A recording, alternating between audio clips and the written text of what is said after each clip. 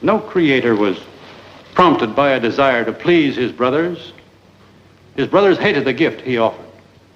His truth was his only motive. His work was his only goal. His work, not those who used it. His creation, not the benefits others derived from it. The creation which gave form to his truth. He held his truth above all things and against all men. He went ahead, whether others agreed with him or not, with his integrity as his only banner. He served nothing and no one. He lived for himself. And only by living for himself was he able to achieve the things which are the glory of mankind.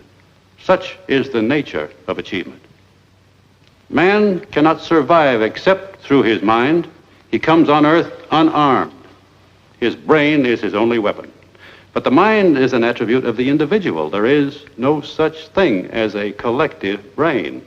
The man who thinks must think and act on his own. The reasoning mind cannot work under any form of compulsion. It cannot be subordinated to the needs, opinions, or wishes of others. It is not an object of sacrifice. The Creator stands on his own judgment. The parasite follows the opinions of others. The Creator thinks. The parasite copies. The Creator produces. The parasite loots. The Creator's concern is the conquest of nature. The parasite's concern is the conquest of man. The Creator requires independence. He neither serves nor rules. He deals with men by free exchange and voluntary choice. The parasite seeks power. He wants to bind all men together in common action and common slavery. He claims that man is only a tool for the use of others, that he must think as they think, act as they act, and live in selfless, joyless servitude to any need but his own. Look at history. Everything we have, every great achievement has come from the independent work of some independent mind.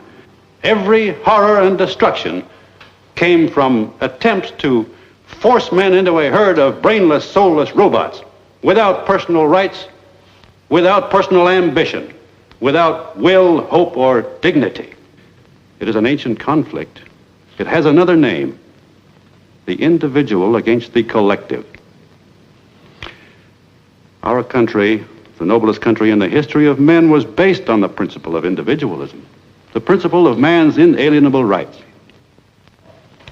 It was a country where a man was free to seek his own happiness, to gain and produce, not to give up and renounce, to prosper, not to starve, to achieve, not to plunder, to hold as his highest possession a sense of his personal value, and as his highest virtue his self-respect.